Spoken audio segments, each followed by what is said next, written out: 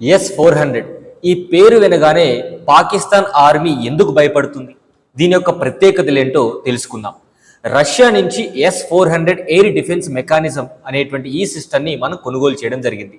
దీని యొక్క ప్రత్యేకతలు ఏమిటి అంటే, గగనతలంలో ఉన్నటువంటి మిజైల్స్ ఏవైతే ఉంటాయో వాటిని ఏకదాటిగా ఒకేసారి 36 మిజైల్స్ని కూడా డెస్ట్రాయ్ చేయగలిగేటువంటి సత్తా ఈ S-400 ఎయిర్ డిఫెన్స్ మెకానిజంకి ఉంది. అసలు దీన్ని long range surface to air missile system అంటాం.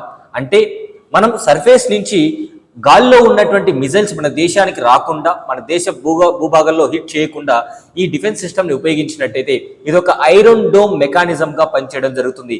అంటే వచ్చేటువంటి మిజైల్ని గాలిలోనే అంతం చేసేటువంటి అవకాశం ఇక్కడ ఉంటుంది. 30 కిలోమీటర్ల నుంచి 60 కిలోమీటర్ల ఎత్తులో ఉన్నటువంటి మిజైల్స్ని కూడా ఇది డిస్ట్రాయ్ చేయగలదు. 600 కిలోమీటర్ల దూరంలో ఉన్నటువంటి మిజైల్ని కూడా పసిగట్టగలదు. అండ్ 40 కిలోమీటర్ల నుంచి 400 కిలోమీటర్ల దూరంలో ఉన్నటువంటి మిసైల్ని ఇది డిస్ట్రాయ్ చేయగలదు. దీని యొక్క స్పీడ్ తెలుసుకుంటే ఆశ్చర్యపోవాల్సిందే. సెకండ్కి 4800 మీటర్ల వేగంతో ఇది పయనించడం జరుగుతుంది. సో మరొకసారి భారతదేశం రష్యాకి థ్యాంక్స్ చెప్పుకుంటుంది. Thank you Russia.